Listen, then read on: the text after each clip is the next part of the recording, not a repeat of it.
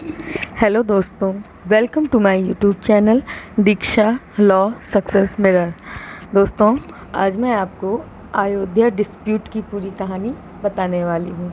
हाँ दोस्तों, अयोध्या डिस्प्यूट जिसमें राम मंदिर को लेकर के विवाद था, इसके बारे में आपको बताने वाली हूँ। और जैसा कि आप सब जानते हैं कि अभी हाल ही में 5 अगस्त को राम मंदिर के लिए भूमि पूजन हो चुका है।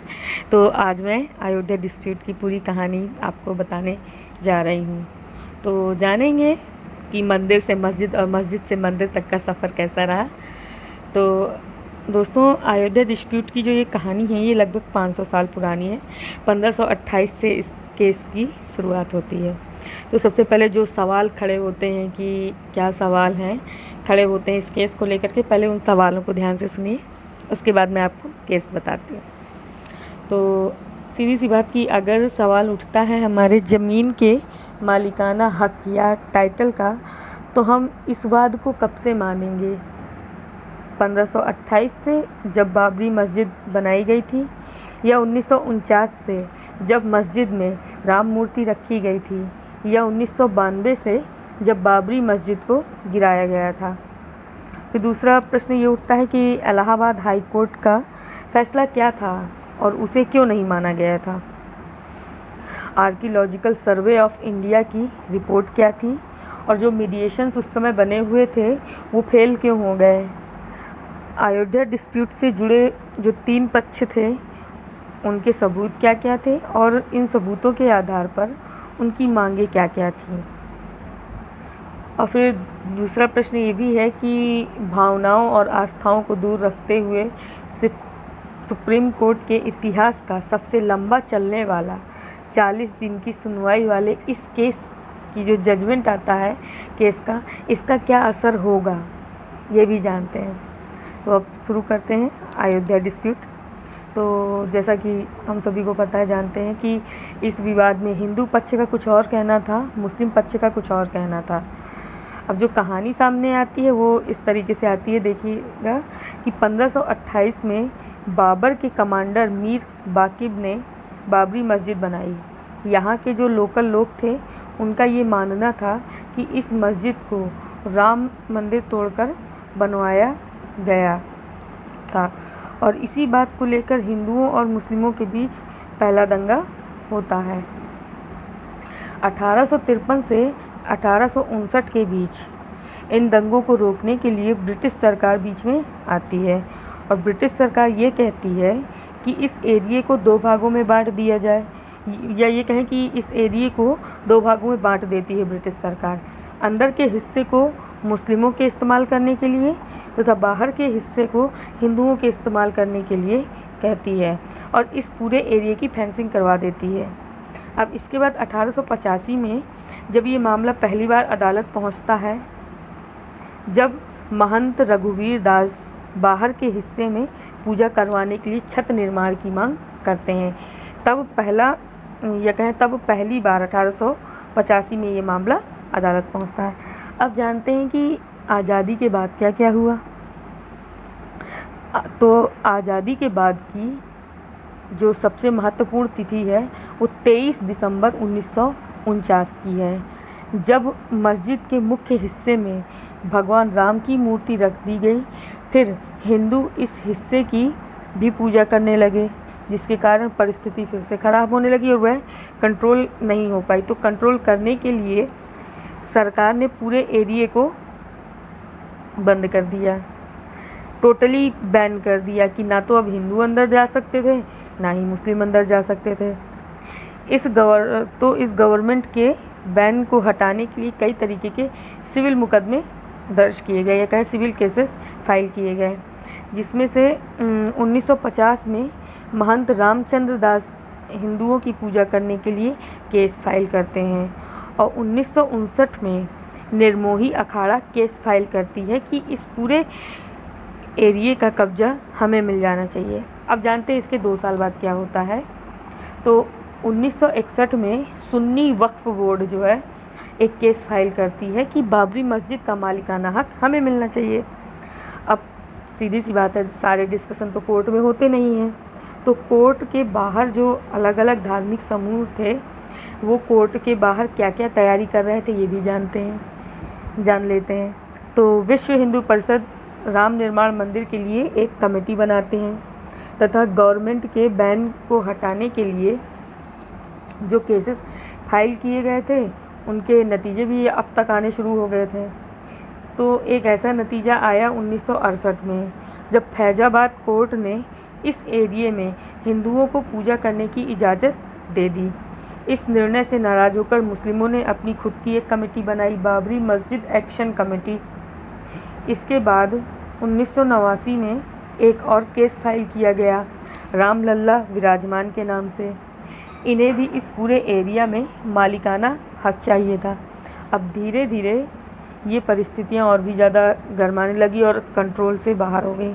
1990 में मिनिस्टर लाल कृष्ण आडवाणी गुजरात के सोमनाथ से अयोध्या तक रथ यात्रा निकालते हैं, जिसका बहुत ही ड्रामेटिक रिजल्ट आता है सबके सामने और परिस्थितियाँ इस प्रकार से गरमाने लगती हैं कि दंगे होने लगते हैं और आडवाणी जी को बिहार में गिरफ्तार कर लिया जाता है।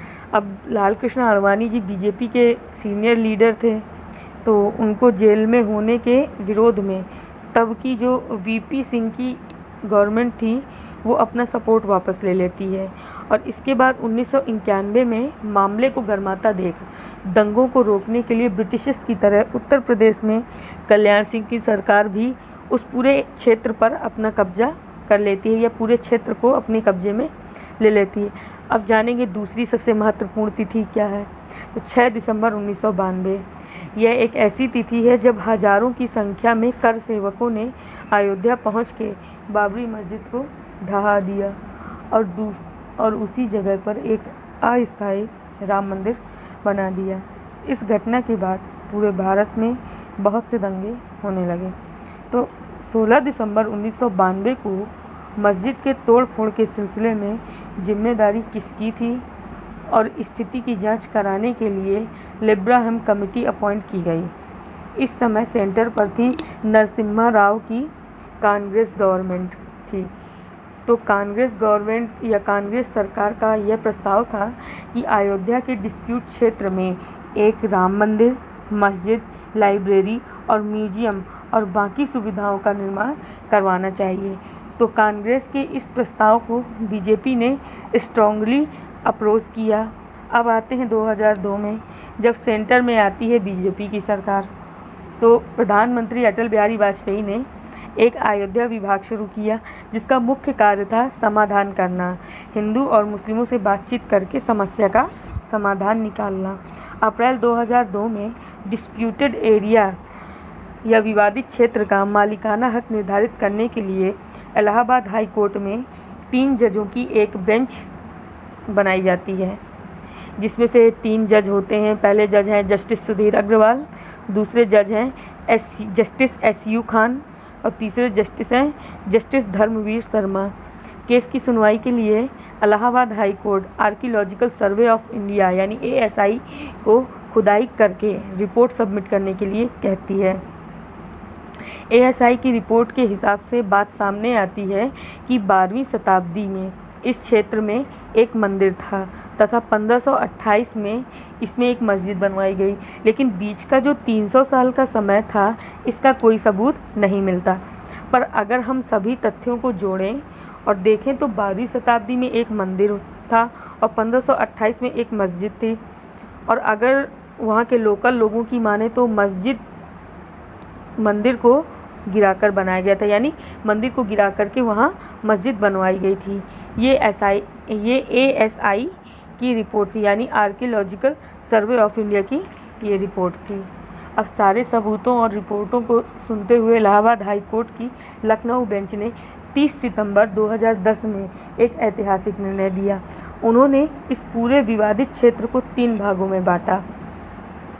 पहला क्षेत्र जो था मतलब राम मूर्ति वाला पहला हिस्सा जाता है रामलला विराजमान को, दूसरा सीता रसोई और राम चबूतरा वाला दूसरा हिस्सा जाता है गया निर्मोही अखाड़े को, और बचा हुआ तीसरा हिस्सा गया सुन्नी वक्फ बोर्ड को। अब इलाहाबाद हाई कोर्ट के इस निर्णय को सुप्रीम कोर्ट ने 9 मई 2011 में रोक लगा दी। फरवरी 2016 में राम मंदिर निर्माण के लिए सुप्रीम कोर्ट में एक केस फाइल किया गया सुब्रमण्यम स्वामी ने, और मार्च 2017 में सुप्रीम कोर्ट के चीफ जस्टिस J.S. खेयर ने, मतलब 2017 में, मार्च 2017 में सुप्रीम कोर्ट के चीफ जस्टिस J.S.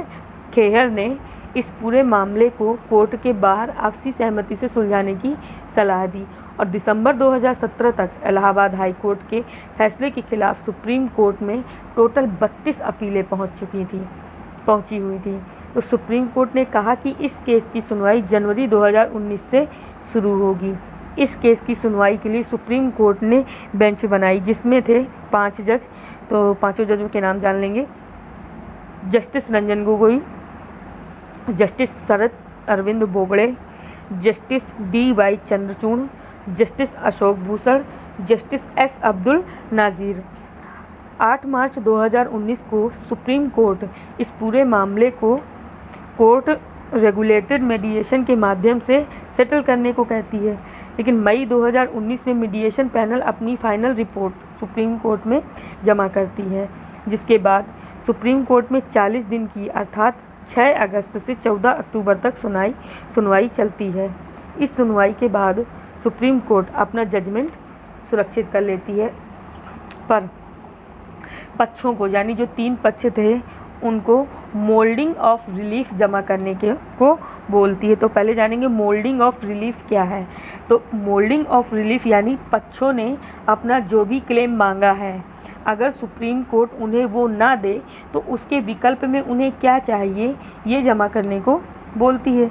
तो अब जानेंगे तीनों पक्षकारों की दलीलें क्या थी। निर्मोही अखाड़ा, निर्मोही अखाड़ा को रिप्रेजेंट कर रहे थे सुशील कुमार जैन। फिर दूसरा सुन्नी वक्फ बोर्ड को रिप्रेजेंट कर रहे थे राजीव धवन। फिर हैं रामलला विराजमान को रिप्रेजेंट कर रहे थे CS विद्यानाथन। तो अब जानेंगे तीनों पक्षकारों की दलीलें क्या थी, इनको डिटेल में समझेंगे। तो निर्मोही अखाड़ा जिसको रिप्रेजेंट कर रहे थे सुशील कुमार जैन।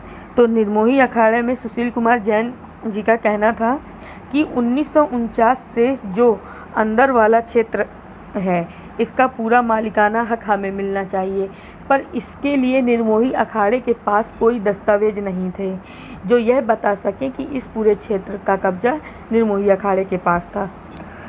फिर दूसरा है सुन्नी वक्फ बोर्ड जिसको रिप्रेजेंट कर रहे थे राजीव धवन। इनका कहना था कि 6 दिसंबर 1992 को इस क्षेत्र में मस्जिद था तथा इसी तथ्य को माना जाना चाहिए। 1949 को मध्य रात्रि मस्जिद में राम मूर्ति स्थापित की गई थी जो कि अवैध कार्य था और इस अवैध कार्य से किसी भी पक्ष को कोई फ़ायदा नहीं होता है। तो सुन्नी वक्फ बोर्ड ने कहा कि राम चबूतरा जहां हिंदू पूजा करते हैं वहीं भगवान राम का जन्म स्थान है और इसी क्षेत्र में अगर हिंदू पूजा करते हैं तो हमें कोई प्रॉब्लम नहीं है, पर इनर कोर्टयार्ड सुन्नी वक्फ बोर्ड को मिलना चाहिए। अच्छा, तीसरा पक्षकार था रामलला विराजमान जिसको रिप्रेजेंट कर रहे थे CS विद्यानाथन या वैद्यनाथन। तो इनका क्या कहना था? इनका कहना था कि इस क्षेत्र में हमेशा से ही राम मंदिर था जिसे तोड़कर बाबरी मस्जिद बनाई गई थी।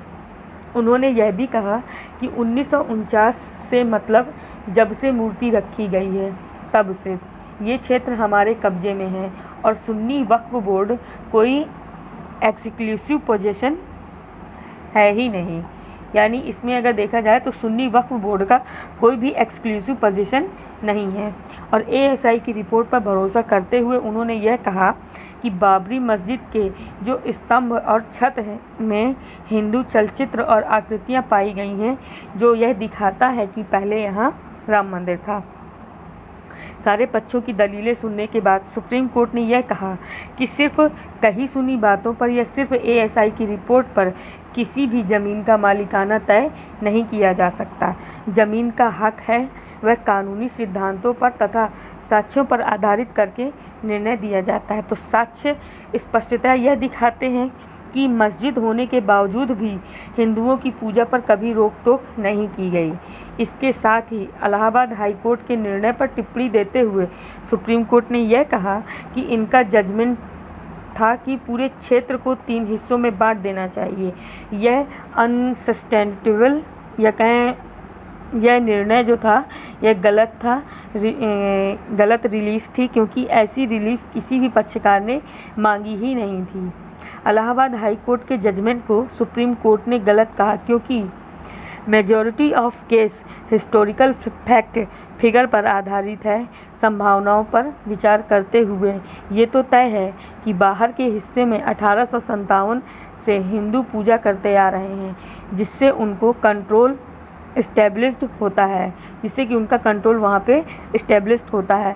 साथ ही सुप्रीम कोर्ट ने यह भी कहा कि मुस्लिमों के नमाज अदा करने में जो रोक लगाई गई है वो 23 दिसंबर 1949 में लगाई गई, अर्थात उस दिन से जब से मस्जिद में मूर्ति रखी गई, जिससे मुस्लिमों को अपने 400 साल पुराने मस्जिद में राइट टू वर्शिप से वंचित कर दिया गया था।